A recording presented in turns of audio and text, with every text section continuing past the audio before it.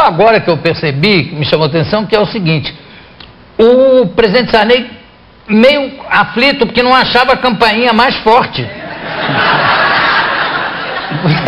Ele estava tocando lá, estava a campainha baixa, aí ele chamou a assessora, a campainha mais forte, e não adiantou coisíssima alguma. Eu queria perguntar também, senador, o seguinte: de repente o senador Renan diz assim: eu peço que tire dos autos. Quer dizer que você pode falar qualquer barbaridade e depois tirar dos autos, que parece que você está assistindo a uma sessão do Parlamento Britânico, é? Na realidade... Essa baixaria toda pode sair dos autos, mas não sai da imagem, né? Exatamente. Mas o regimento interno da Casa não permite, trata isso como assunto de corregedoria, o corregedor deveria chamar imediatamente os contendores para resolver o problema, não pode ter expressão de baixo escalão, e obviamente que não é caso de perda de mandato, mas é caso de quebra de decoro com advertência, com a censura, e na reincidência pode haver até a perda de mandato. O fato é que esses telequetes, né? Full combate. Tem acontecido com muita frequência. Isso é horrível para a imagem da Casa, porque dá a impressão, né? E ali, veja só, nós temos hoje um número elevado de senadores com muitos problemas na Justiça. O jornal Folha de São Paulo traz aí na matéria recente que são 33%. Quer dizer que ainda nós temos aí 67% de pessoas boas. Não que os outros também não podem ser absolvidos, podem ser problemas momentâneos. Então nós temos como resolver esses problemas. Essa parte se reunir e falar: nós não aceitamos mais isso. Mas mesmo fora dos 33%, deve ter muita gente a quem não interessa resolver tantos problemas. Sei lá, é uma impressão que acaba passando para a gente. Então, uma coisa curiosa, não sei se você observou, por que antes da briga todos abotoam o paletó? Em vez de abrir, eles abotoam. Vossa Excelência, não, porque devia ser o contrário, né? É porque essa briga não é para valer. É para mostrar que a briga é só aqui. Exatamente. Aliás, isso eu já disse muito, porque eu imagino o seguinte: se uma questão dessa descamba num tapa, por exemplo, ou numa agressão física para valer, isso não tem solução, não é verdade? Então, como é que vão resolver isso? Então, eu imagino o seguinte: está muita gente no meio, então a briga é para dar tempo para as pessoas chegarem e apartarem. Porque na casa mais alta do Senado, do Brasil, na casa legislativa mais alta, é um processo completamente incompatível. Já há tradição de muita briga, já há tradição até de morte. Já aconteceu de um senador atirar no outro e errar e matar um terceiro. Não é verdade? Mas um terceiro que era suplente estava assumindo e levou a família para assistir. Exatamente. Então... é absolutamente verídico. Eu queria perguntar o seguinte: não há como por exemplo, a Comissão de Ética agora afastou todos os pedidos de averiguação. Exatamente. A respeito do presidente Sarney, quer dizer, foi tudo afastado. O senador Paulo Duque, né, afastou sumariamente. A oposição está pedindo agora a respeito dos 4 primeiros, né? Vamos entrar com os 11. 4, porque o prazo se esgotou agora e... Mas na própria comissão não tem como ganhar uma votação dessas? Tem. Porque é o seguinte: nós estamos na mão do PT. Aí o senador Aloysio Mercadante deu a palavra que, se houvesse o arquivamento sumário de todas as representações, que o PT votaria conosco para abrir 1 ou 2 dessas representações. Das 8? Das 11. Das 11. Representações e denúncias. Abririam, o que já é suficiente. Vamos lembrar o episódio Renan Calheiros. Nós levamos umas 10, levamos 2 até o final.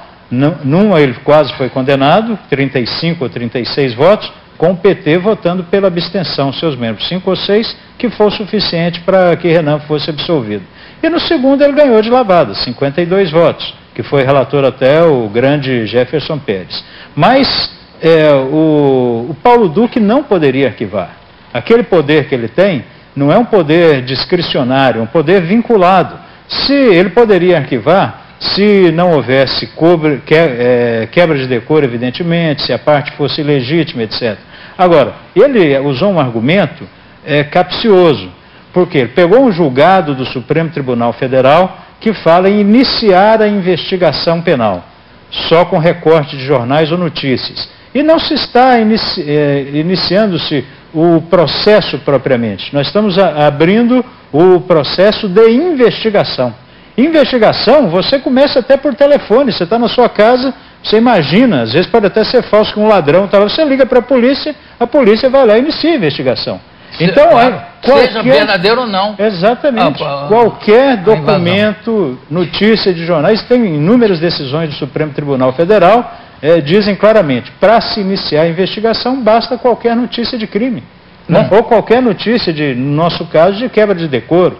É óbvio que se não fosse um partido político com representação na casa, ou, evidentemente, um senador furou a fila de no aeroporto, então é falta de educação, mas não serviria para embasar um processo por quebra de decoro. Né? Então, agora, as denúncias que tem são denúncias que merecem averiguação. Se ao final da averiguação nós não conseguimos produzir prova testemunhal, produzir prova documental, etc., aí sim prevalece a decisão do Supremo, porque é para condenação. Agora, para abrir a investigação, qualquer documento, qualquer denúncia idônea, basta para que esse processo ande. E o senador Paulo Duque, ele tem dito que agiu por orientação do Supremo Tribunal Federal. Ele está absolutamente equivocado nesse aspecto. Será que é pelo fato dele ser também um senador suplente que ele está mal informado? Eu digo até que, por exemplo, tem muitos senadores suplentes, você aqui chegou a entrevistar o Cibá, que era um suplente e um bom suplente, né? Mas as missões mais espinhosas têm sido dadas a ele, porque os outros disputarão a eleição ano que vem. Paulo Duque não vai disputar qualquer eleição. Mas você acha que isso está influenciando? Porque eu sinto aquele negócio, um deputado diz que está se lixando, ele também está se lixando, mas eu não sei até que ponto essas coisas todas influenciam na ação do político. Porque eu vejo, por exemplo, que o senador Aloysio Mercadante tem a responsabilidade de representar 10 milhões de eleitores, são 10 milhões de votos. Mesmo que ele não se candidate futuramente, que eu acho muito difícil, não é? Porque ele é um político de carreira. Será que ele não pensa, qual será o pensamento dele? Bom, pode ser que eu não tenha 10 milhões, tenha 3 milhões e serei reeleito do mesmo jeito?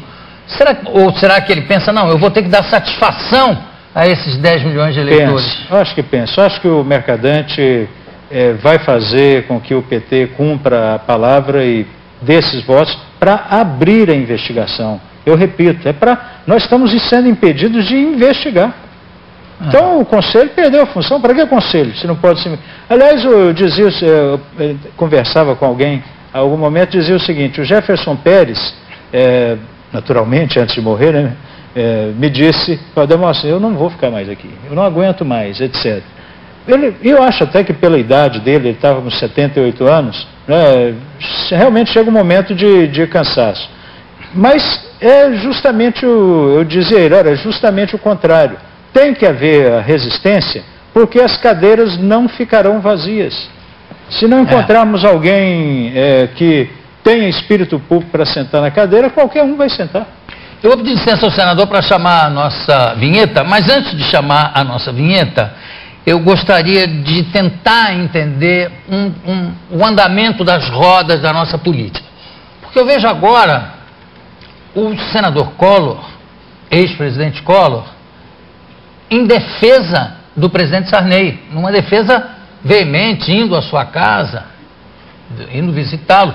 E aqui, então, na cena com o senador Pedro Simão, que eu preferi nem mostrar, porque chega a me fazer mal. Foi horrível. Mas eu queria entender como é que fica o eleitor brasileiro, se ele se lembrar do que dizia o senador Collor, ex-presidente Collor, durante a campanha do ex-presidente da República, José Sarney.